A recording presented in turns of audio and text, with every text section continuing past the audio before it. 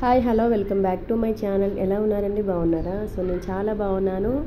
ఈరోజు మా ఇంట్లో లంచ్లోకి అలాగే బ్రేక్ఫాస్ట్లోకి అయితే నేను పుదీనా రైస్ అయితే చేశాను. ఎలా చేశానో మీతో షేర్ చేసుకుంటున్నానండి.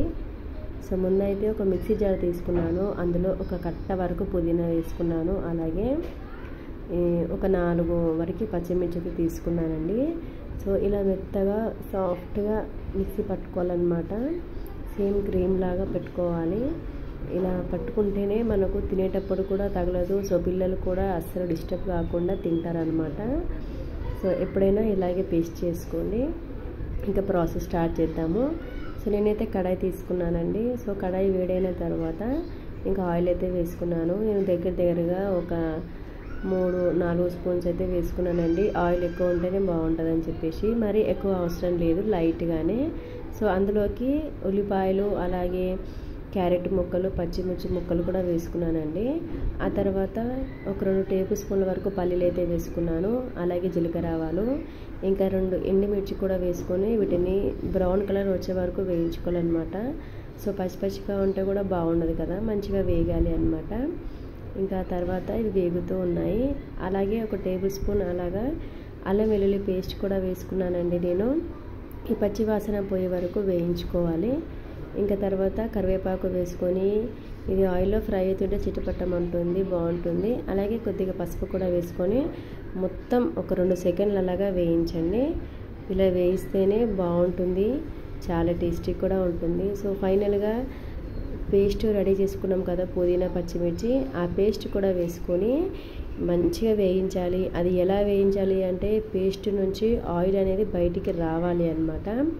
అలా వేయిస్తేనే పచ్చి వాసన వెళ్ళిపోతుంది, చాలా టేస్టీగా ఉంటుంది. సో నేనైతే అన్నం అయితే ముందే వండేసుకొని ఇలా చల్లార్చుకున్నానండి, పొడిగా అవుతుందని చెప్పేసి. సో మనకు ఈ పుదీనా అంతా వేగిపోయి నూనె మొత్తం సపరేట్ అవ్వాలని చెప్పాను కదా. సో ఇది మొత్తం నూనె మొత్తం సపరేట్ అయిపోతుంది. సో ఇంకా ఇది ఇలా నూనె సపరేట్ అయితేనే టేస్టీగా ఉంటుంది. ఈ అన్నం వేసినప్పుడు కూడా మనకు ముద్దలా కాకుండా పొడిగా వస్తుంది. అలాగే ఇందులో ఒక టేబుల్ స్పూన్ ధనియా పౌడర్ వేసుకున్నాను నేను. ఒకవేళ మీకు ఇష్టం లేకపోతే మీరు వేసుకోకండి, ఎలాంటి ప్రాబ్లం లేదు. సో కొంతమంది మసాలా తినారు కదా, సో నేను అలా చెప్తున్నానండి. ఇంకా తర్వాత పొడి చేసుకున్న అన్నాన్ని కూడా మొత్తం కొద్దిగా వేసుకుంటూ కలుపుకోండి. ఇంకా నేనైతే ఫైనల్గా మొత్తం అయితే వేసేసాను. సో ఇది వేసిన తర్వాత కింద నుంచి మీది వరకు అంతా కలిపేసుకోండి ఒక్కసారిగా. సో ఇలా కలపడం వల్ల మసాలా అనేది, అంటే ఈ పుదీనా పేస్ట్ ఉంటుంది కదా, సో అది అనేది మొత్తం రైస్కి అంతా పడుతుంది. ఇంకా నేనైతే నెక్స్ట్ ఉప్పు లాస్ట్లోనే వేసుకుంటాను, ఏ కర్రీ చేసినా ఏది చేసినా కూడా. సో ఉప్పు అయితే రుచికి సరిపడా ఉప్పు వేసుకొని మొత్తం మరొకసారి అంతా కలుపుకోండి. ఉప్పు చూసుకొని వేసుకోండి, ఎందుకు అంటే ఎక్కువ అయితే తినలేము, వేస్ట్ అయిపోతుంది. సో తక్కువైనా పర్వాలేదు కానీ ఎక్కువ మటుకు వేయకండి. ఫైనల్గా మొత్తం అన్నం అంతా పుదీనా పేస్టులో కలుపుకోవాలన్నమాట.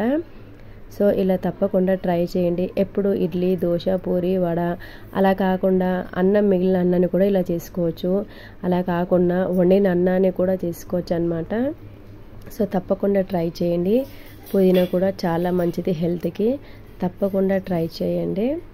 సో ప్రతి ఒక్కరూ వీడియో చూస్తున్నారు కానీ లైక్ చేయట్లేదు, సబ్స్క్రైబ్ చేయట్లేదు. వీడియోని పూర్తిగా చూడండి. అలాగే థ్యాంక్ యూ ఫ్రెండ్స్, ఉంటాను. బాయ్. Thank you.